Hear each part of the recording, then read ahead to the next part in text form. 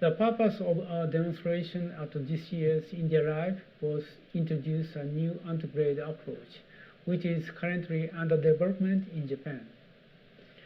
The region morphology at CTO entry in this case is abrupt type, with the unclear entry point in the proximal LAD that could not be well visualized by lateral injection. Tortuosity and the calcification of the proximal LAD were seen in the angiographic images. Calcification was also observed within the proximal and the distal segment of the CTO region. These region characteristics were identified in multi-slice CT. In such cases, we have been employing the retrograde approach for more than 15 years.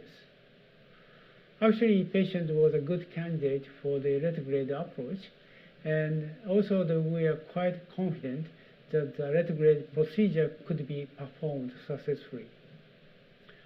However, as I mentioned during the live demonstration, the usage rate for the retrograde approach is about 40% worldwide, which I believe is a bit excessive. The unnecessary use of the retrograde approach may lead to higher exposure dose to the operators and the patients. In addition, the cost is higher due to the additional materials and the medical equipment. It is important for us to recognize that routinely employing the retrograde approach without careful consideration may result in unnecessary risk to the patients. The antegrade approach, on the other hand, has numerous advantages, such as easier operation, shorter procedure time, and a lower treatment cost.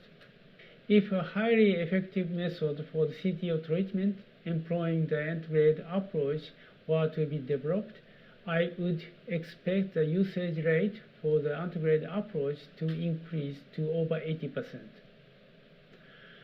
As you saw in the live demonstration, we started the procedure with the antegrade approach. However, it was considered to be extremely difficult to advance the wire into the CTO region, because the CTO entrance of this region was not well visualized in the angiographic images. Therefore, IVUS guide was required to identify the CTO entry from the start. Under IVUS guide, it was possible to correctly penetrate the proximal fibrous cap using Gaia Next 2. After checking, the Gaia Next wire went through the intima at the proximal LAD segment with IVUS. Vessel tracking with a single wire technique was attempted. Due to the bend in the middle segment of CTO, the parallel wire technique was required. However, this antegrade procedure resulted in creating false lumen in the proximal distal end. Consequently, IVUS guide was needed again to check the antegrade wire position and the location of intima connecting to the distal two lumen. An extremely important point that I must emphasize is that the IVUS guide adopted in this live demonstration has developed based on our clinical experience for a few decades was not so successful. There are two key factors as to why we could not show an advantage of the next step of the antegrade approach. The first factor was that IVUS did not show the location of the intima connecting to the distal true lumen, and also the position of distal true lumen, because the attenuation due to calcium deteriorated the IVUS image. So IVUS catheter was not positioned in the correct route. Of course, IVUS should have been repositioned correctly behind the calcium.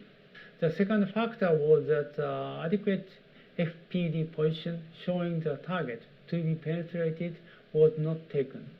The adequate FPD position providing a fluorographic image vertically looking down at the distal true lumen is calculated based on the polar coordinates of FPD for the view angle to the wire overlapping with IVUS and the and the angle between the distal true lumen on the overlapping line on IBUS image. This calculation requires a dedicated software, which is currently being developed by our group working on the next breakthrough in integrated approach. The theoretical background on this system consists in vector analysis, which is a bit complex. I guess most of you are familiar with physics, so next time I will explain the details about the background theory. Due to these reasons, I failed to show the newly developed integrated approach. The total fluoroscopy time for the integrated approach was already around 55 minutes, so we decided to abandon the integrated approach and switch to the retrograde approach. After decision-making to employ the retrograde approach, the collateral channel from the circumflex to the diagonal branch, which branched off from the CTO distal end, was selected. Passing through the collateral channel was relatively easy. The wire control for CTO crossing in retrograde fashion was a bit difficult due to the deep angle between the main branch and the diagonal branch at the CTO distal end, which was used for retrograde access. But the procedure was successfully completed by using card. The procedure was completed with a bifurcation stenting without compromising the diagonal branch or other branches of the LED.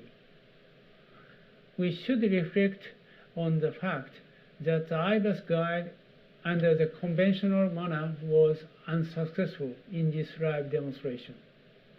In Japan, we have been performed the integrated wiring under IBUS guide for 25 years. The methods employed for IBUS-guided integrated wiring have remained largely unchanged, with little progress. Disadvantage of conventional IBUS guide is that methodology basically based on the operator's subjective manner, despite the effort to identify the target location, applying IBUS findings on a wire, a branch, or epicardium, and also never provide the precise coordinates of FED position for penetration to the distal true lumen. This is one of the major reasons why IBUS-guided wiring has not yet gained widespread acceptance worldwide. Recently, we have been focusing on the new techniques for IBUS-guided wiring as a completely objective method, working on the many bench tests and the new software for new techniques in which vector analysis is used based on the data obtained by IBUS and by angiography, as I already mentioned. We believe that new IBUS-guided wiring technique as well as a new angio-guided wire techniques with a dedicated software would be essential in the next breakthrough of the integrated approach. We plan to present a more sophisticated IBUS-guided and angio-guided wiring techniques with the refined dedicated software in the next year. In this live demonstration, we are not able to successfully employ the integrated approach, but we will continue to improve the rationally and scientifically based integrated approach. In the live demonstration, we presented a dose tracking system known as DTS. When we use an angiography system manufactured by a Canon Medical System Corporation, we perform all procedures while displaying both the DTS map and the fluoroscopic image side by side. This allows the operators to immediately recognize the potential hotspot in real time on the skin dose and take appropriate countermeasures. Angiography system used in this demonstration is a biplane system.